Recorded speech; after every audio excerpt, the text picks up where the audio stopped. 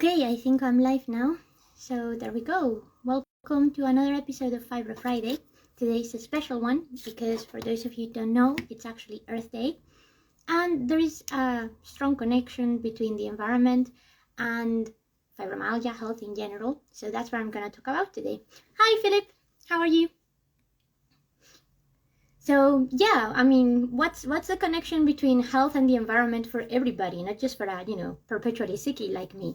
Well, it's kind of everything, in case you haven't noticed. It is the environment that brings illnesses into us, like bacteria, like viruses, that sort of stuff. So it is very important that we keep the environment clean and safe so that we stop some of those potentially bad viruses and bacteria from attacking us.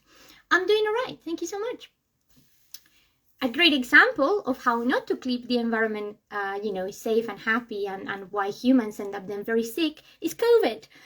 For those of you who hadn't noticed, there is actually a strong connection between the pandemic that we've had recently and climate change. And this is not me talking, this is actually environmental and medical research that suggests that the more we destruct the planet, the more that our environment is dirty, we're constantly breathing in bad things for us, the easier that it is for something like COVID or anything else to come by and sweep us over, because we are not okay inside, so we don't have the right antibodies to fight this stuff. Simple as that.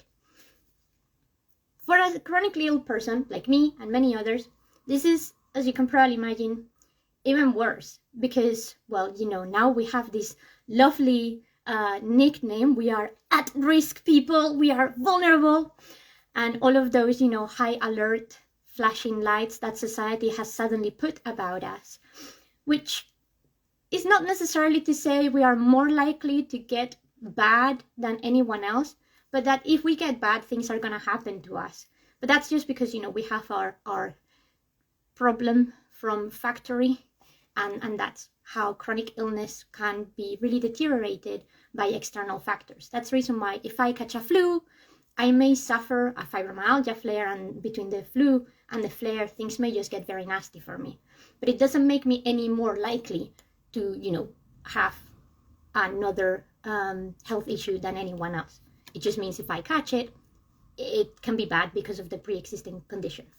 Now, in terms of fibromyalgia and the environment and climate in particular, and not just fibromyalgia, but a lot of people with chronic illness, particularly from a neurological point of view or a mental health point of view, we are very, very sensitive to the environment, to climate. I don't know if you guys may have noticed sometimes that you wake up one day and you just feel a bit clunky or a bit off, and maybe there is a storm brewing or there is very, very high pressure in the environment.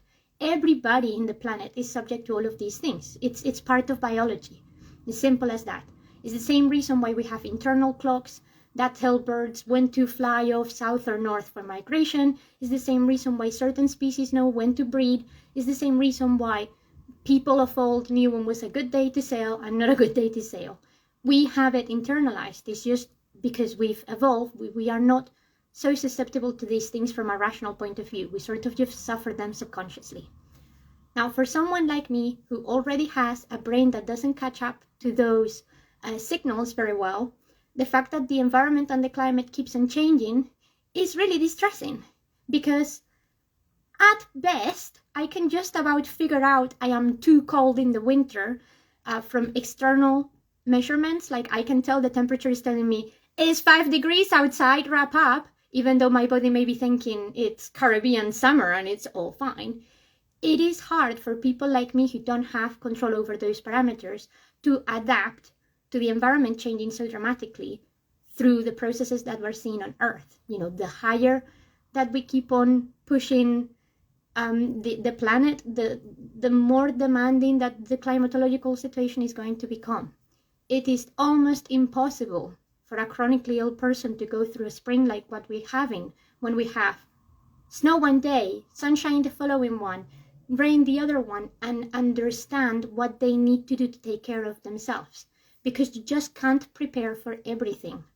So it is super important for people like me to take care of the planet, because this is our first self-defense mechanism, if you see what I mean. Everything around us is a layer of how we take care of ourselves, of our well-being, of our health, etc., etc. The environment that we live in is the outermost layer. If that starts being destroyed, everything else is going to be damaged by proxy. And this is the reason why I always bang on about the climate and the environment. I mean, that, and because I genuinely think we need to do something about this. We need to be responsible, but because it affects our health too, not just my health, but that of everybody. So that's the reason why I really wanted to talk about this today. It is a thing that happens whether you like it or not, but there is a lot that we can all do to make it better. So whether you're doing it from an entirely humanitarian point of view or an entirely selfish point of view, which is your health and your well-being, there are plenty of reasons why you should take a day like today, which is Earth Day, very seriously and try to do something to improve the current conditions around you. For those of you who may be suffering from mental health problems as well, or long-term conditions associated with your chronic illness, our immediate environment also determines our mood. Why do you think a lot of specialists recommend that people go out for a nature walk when they're feeling anxious or stressed? We know that walking on ground and breathing fresh air have generally restorative, positive benefits for our brain. They help us release new chemicals. They help us be in balance. They help us being happier and in harmony.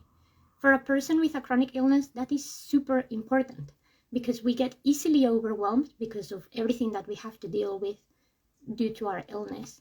So finding those natural remedies that are easily available and that we can just enjoy are vital. And the same for anyone else. I mean, this is something we all deal with. I'm not just saying it's just for people with chronic illness, it's for everybody. So if just a simple walk in nature can help you benefit for your mental health, why shouldn't we care for that nature? Why shouldn't we care for the park just around the corner? Why shouldn't we care for the river stream that is about to dry up down the neighborhood? Why shouldn't we care for those little things? All of those little things matter significantly.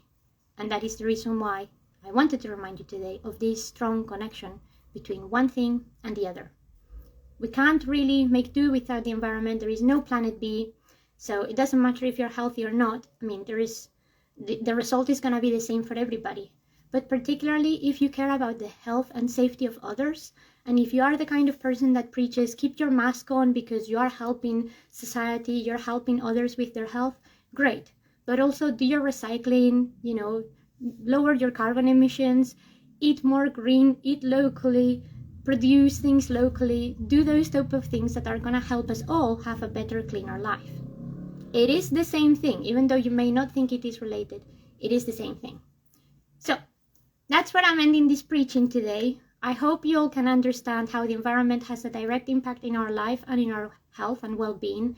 And I hope you can see how this is simply unsustainable for people with long-term conditions. We can't keep on adapting to ever-increasing heat, ever-increasing cold. It's just not possible within our lifetime. It is directly putting us at risk. So if you do it for a little pandemic, and I mean little because we have historical evidence that this could have been a lot worse, you should do it for a real thing that is happening and is actually not getting better anytime sooner. So be conscious, think about what I've said. For those of you who are currently trying to navigate this very horrible spring that we're having, take care of yourselves. I know that the climate is being completely crazy and it's very, very hard to wrap ourselves and protect ourselves from this, but it's a must, and we need to find a way of, finding that balance.